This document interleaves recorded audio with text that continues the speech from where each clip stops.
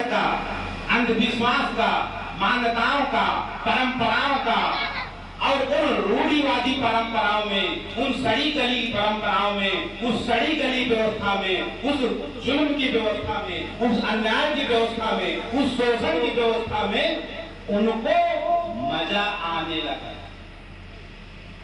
उनको अब उस जैसे आप समझिए साथियों, जो जिस माहौल में रहने लगता है उस माहौल में उनको मजा आने लगता है।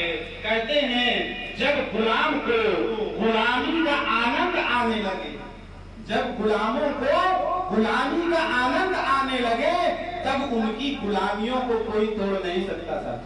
और हमारे समाज की यही, लेकिन हमें घबराने की जरूरत नहीं है।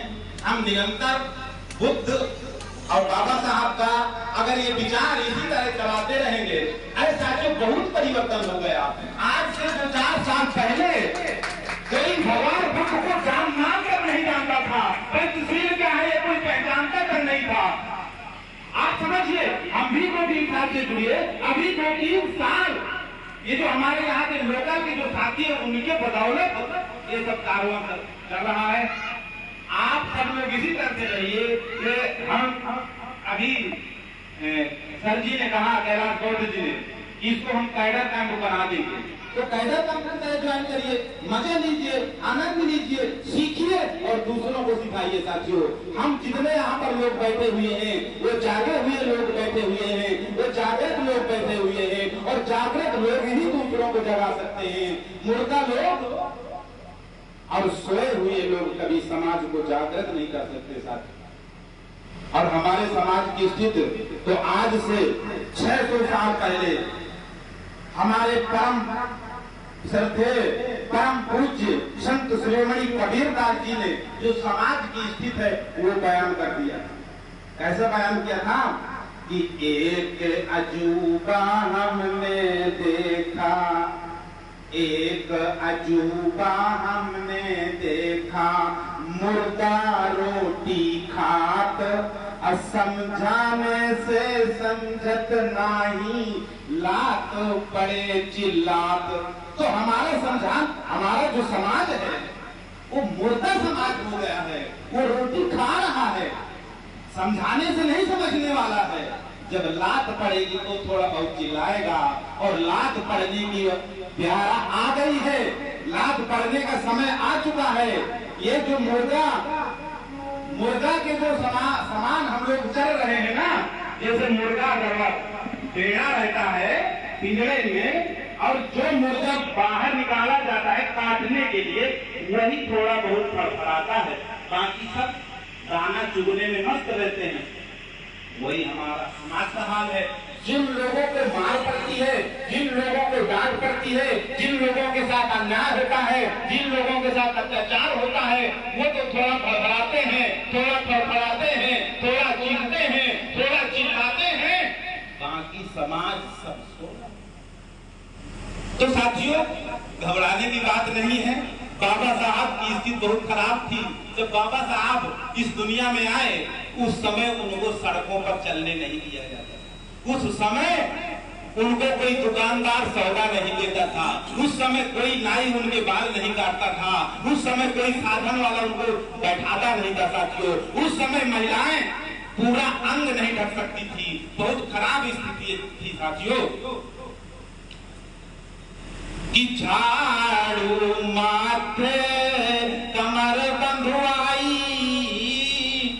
झाड़ू माथे कमर बंधुआई, अब पर चिन्ह बिगड़ता जाई, कि पर चिन्ह बिगड़ता जाई, अब पर को थूकन पाते, कि पर को न थूकन पाते, अयो कर हंडी गल लटकाते, कि यो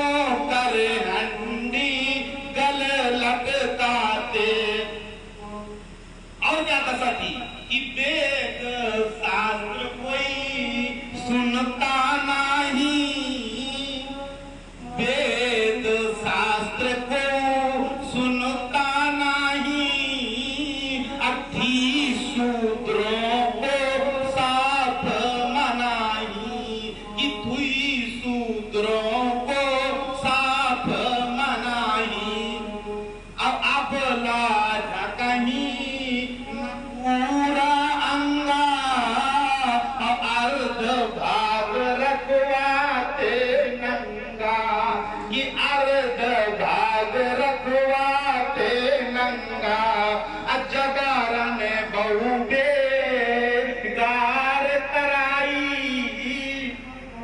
साथियों, लास्ट वाली जो लाइन है, समझिए कितनी बुरी स्थिति थी और उस बुरी स्थिति से हम कहां तक आज आ गए हैं और आज भी सुधरेंगे कि जबरन बहु बेगार तराई अधुई रोटी कर दे थमाई, अधुई रोटी कर दे थमाई।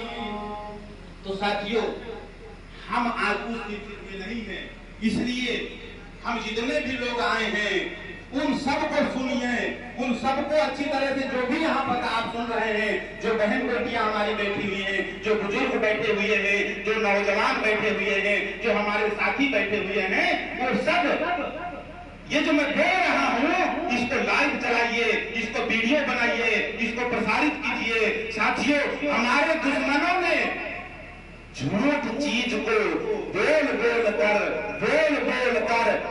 बोल कर समाज में प्रतिस्थापित कर दिया है और हम अपनी सही चीजों को बोल नहीं पा रहे, हम अपनी सही चीजों का प्रचार प्रसार नहीं कर पा रहे। इसीलिए हमारा सत्यानाश हो गया है। और हमारी स्थिति, कबीर जी ने फिर एक बार कहा था, एक अजूबा हमने देखा, कुएं मिला दी आग, एक अजूबा हमने देखा, कुएं मिला दी आग, अब पानी कीचड़ सब जल गयो, मछली खेले भाग। तो साथियों, वो स्थिति है हमारे समाज की कि हमारे समाज का सब कुछ जल गया है, सब कुछ खत्म हो गया है, सब कुछ लुट गया है, सब कुछ पिट गया है, लेकिन हम उस मछली के समान भाग खेल रहे हैं जिसका सब कुछ लुट चुका है। साथियों, तो ये जाति तोड़ो समाज जोड़ो सम्मेलन है। ये जातियां क्या हैं, इसको कैसे तोड़ा जा सकता है, इससे कैसे हम विजय प्राप्त कर सकते हैं, और महापुरुषों ने हमारे क्या क्या आंदोलन किया, इन सब के बारे में साथियों बताने के लिए तो काफी चीजें मैं नोट करके लाता हूँ, लेकिन थोड़ा टाइम भी कम होता है। लेकिन चलिए, आप जितना सुनेंगे उतना मैं सुनाऊंगा। तो जातियों से पहले है वर्ण, जातियों से बड़ी पहले है वर्ण। इस देश के मनवादियों ने, इस देश के विषमतावादियों ने, इस देश के व्यवस्थापकों ने इस देश में सबसे पहले वर्ण व्यवस्था बनाई। वर्ण व्यवस्था, 4 प्रकार के वर्ण व्यवस्था बनाई और मनुष्यों को बांट दिया। 4 वर्णों में पहले बांटा। भगवान बुद्ध आए, उन्होंने वर्ण व्यवस्था का विरोध किया। भगवान बुद्ध ने कहा कि वर्ण विभाग, वर्ण विभाग न मनुजन माही, असरद समान ही, सरद समान ही, ऊंचे न नीचा। वर्ण विभाग न मनुजन बीचा, असरद समान ही, ऊंचे न नीचा। और जिन महावर्णित, बहुत सारी किताबें हैं हमारे आसपास, बहुत सारी किताबें मिलती हैं, कपोल कल्पना की किताबें मिलती हैं, झूठी किताबें मिलती हैं। तो उन झूठी किताबों में जो वर्ण व्यवस्था का बोध है, जो वर्ण व्यवस्था लिखी गई है साथियों, कितना झूठ है। भगवान बुद्ध ने कहा है कि जिन महावर्णित वर्ण, जिन महावर्णित वर्ण विधानु, अते सब सालक सूले समानु, इते सब सालक सूले समानु। एक समान ही चारहु वरनु, एक समान ही चारहु वरनु, अपावहि पंच शील त्रय सरनु,